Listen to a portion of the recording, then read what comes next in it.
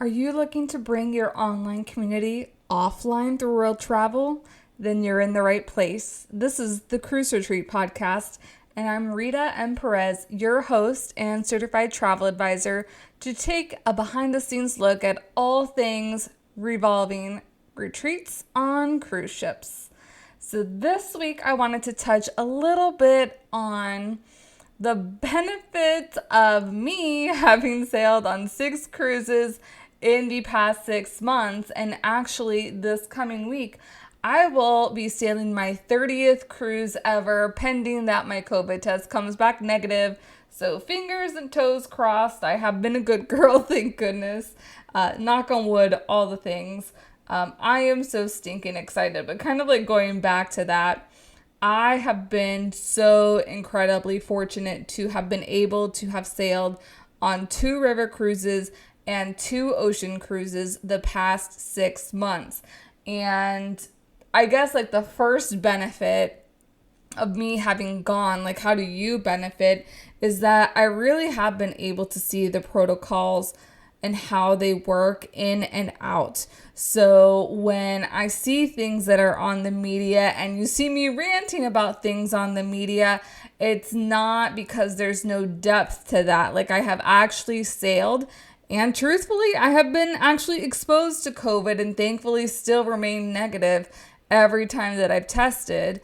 But I know what is actually going on from firsthand experience. This is not just that I've read something. I actually have gone on different ships of different sizes with different capacities. I've sailed on ships with as little as about 18% capacity, and I've sailed on ships that are about 70% capacity.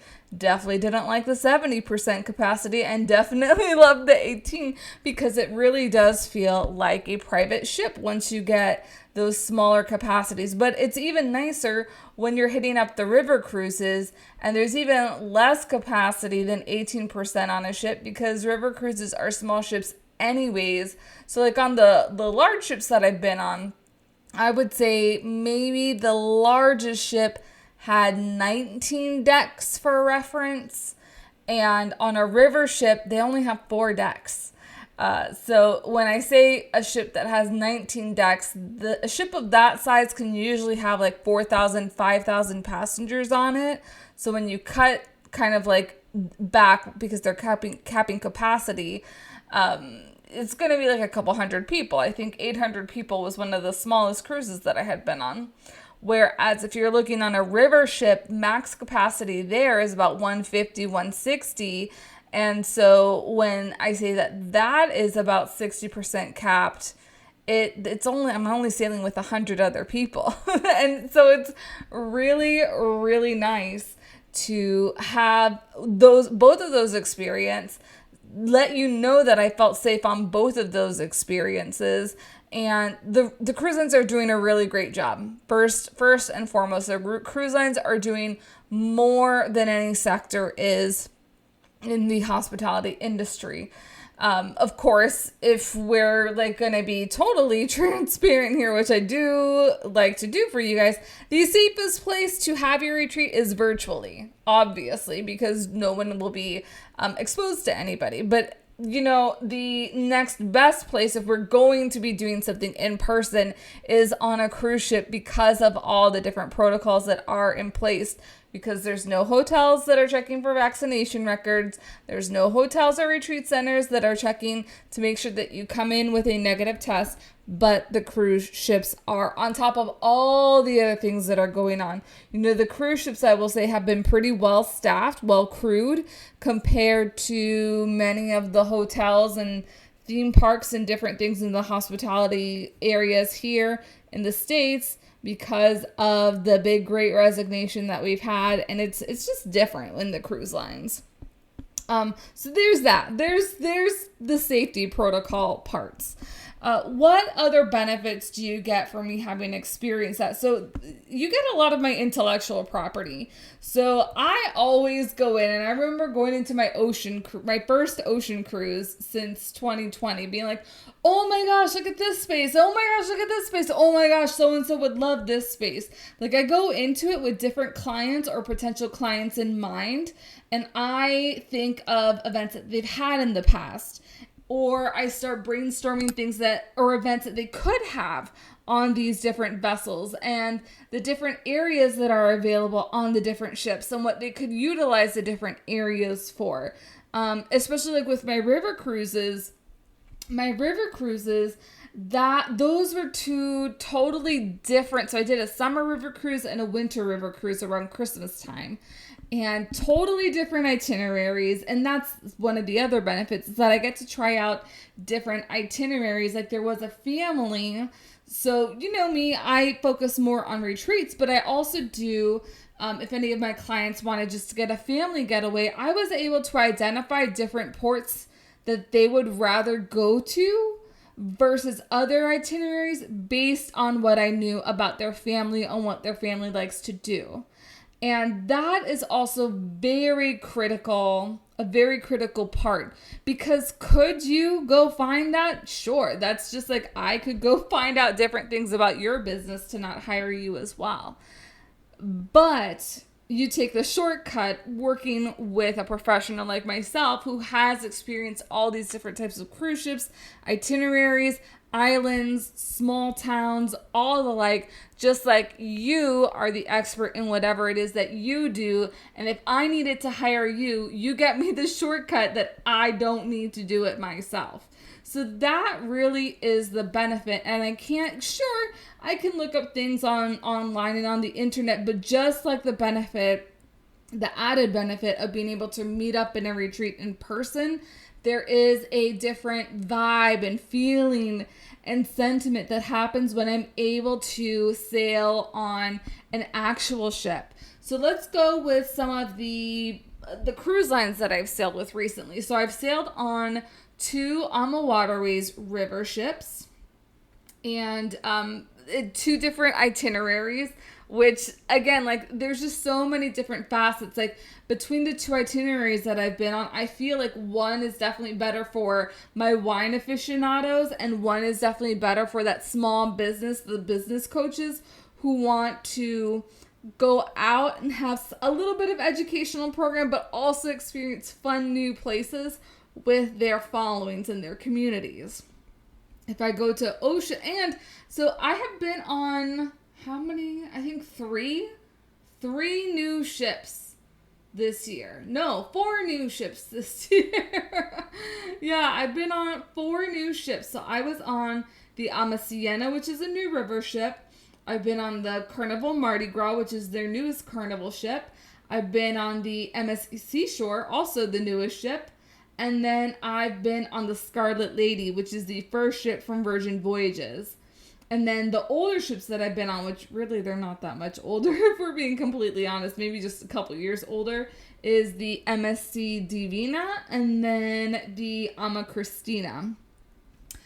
I could tell you even like the differences in the different vibes, like even between the different cruise lines, like because I went on AMA Waterways twice, I went on MSC twice. The vibe on the Divina is different than the vibe on the MSC Seashore. Same with the river cruising is a little bit different because the ships aren't as big, but there's a different setup on the Siena than there is on the Christina. So that is really cool to pinpoint. Similarly, so if I'm going to be comparing like all the different new ocean ships, the Carnival Mardi Gras versus the MSC Seashore versus the Virgin Voyages, I can tell you the different vibes on each of those ships. Like, I can tell you that the Carnival Mardi Gras, which you probably suspect, is a very party, lively atmosphere, where I felt the MSC Seashore was a bit more metropolitan and contemporary. And whereas if we go back to Virgin Voyages on the Scarlet Lady, total relaxation with really great food and entertainment on board. So different, diverse vibes, but you would have never known that had I had not gotten that, that firsthand experience to pull from and be able to identify. So I know if you want to have a corporate retreat with your team, I know the best ship to put you on. Similarly, I know the best itinerary to put you on.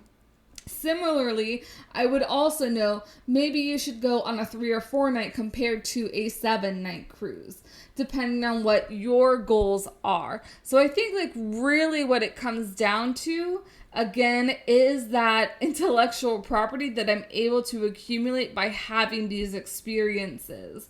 And by having these firsthand experiences, I am able to be even more creative and bring back just the different ideas that I have and be able to say, okay, we have the blank slate here because there's a conference center here that can be utilized if you wanted to have your board members come on board or whatever it be. Or if you wanted to have, a private group coaching program with people who may have paid a little bit extra because you're going to be donating those proceeds, that's where we can do this programming at. So it is really cool. Even if I think of fitness and wellness, the different options that there are on board. And when I think again of my wine aficionados, the different options out, the only of these ships that I can think of now that I'm thinking about it, there was only one of the ships that had a full, just beautiful wine bar set up in it. And I was so excited to be in there because that's who I thought of. I thought of you. If you are a wine influencer, a wine expert, a sommelier, if you teach other people about wine, if you create content about wine, how amazing it would be to get on that ship with your people and be able to have daily tastings or something like that. These are the things that you can benefit from, because it's one thing for it to happen on land. It's another thing to be able to travel, physically travel with your people on the oceans and even on the rivers, because the last river that I was on, excellent for wine lovers, and I cannot wait to try out a late spring summer cruise on that river. So I hope you have gotten kind of a little bit into my brain as well, and how I really think and the things that I pick out when I am working with clients and trying to build group experiences on cruise ships. And I hope some of my passion is kind of exuded for what I do, because I really love what I do. And I really try to put my best foot forward and put you guys forward as well when I am going on these experiences. I mean, not gonna lie, this job, it doesn't hurt that I get to be traveling the world, but that's just what fuels my fire, is knowing the impact that you can make and the transformations that your people can have when they come on board these ships. It is just unlike any other, and I get so giddy with excitement. So hopefully that gives you a good overview of what are the benefits of for you when I sail, and for your clients when I sail, because we're able to think about these things. Also, it's not just you're booking direct with a cruise line. I have real people connections. I know somebody who I can talk to with each of these cruise lines, and I have the ins and outs. So if I need a little extra push that you can't get on your own, I can do that because of the connections that I have. But you cannot do that because you, unfortunately, do not have the connections, because you're not working in the travel industry like I am. So another benefit of working with someone like myself, who is a travel advisor, but also specializes in these types of programs. If you are wanting to look, being on a cruise ship in itself is a unique retreat location, but if you wanted to listen in, I just created a free audio guide on why European river cruises are one of the best unique retreat locations. It is less than 15 minutes long, so make sure to head to the show notes so that you can sign up for that and get that straight direct to your email. Listen in real quick and let me know what you think. But anyways, that is it for me this week. Please let me know what you thought about this. Reach out to me on Instagram or LinkedIn. I hope you've enjoyed this episode and it has helped you at least learn a little bit more of what I'm thinking when I actually do sail on these ships. Until next week, I will see you. Have a great one.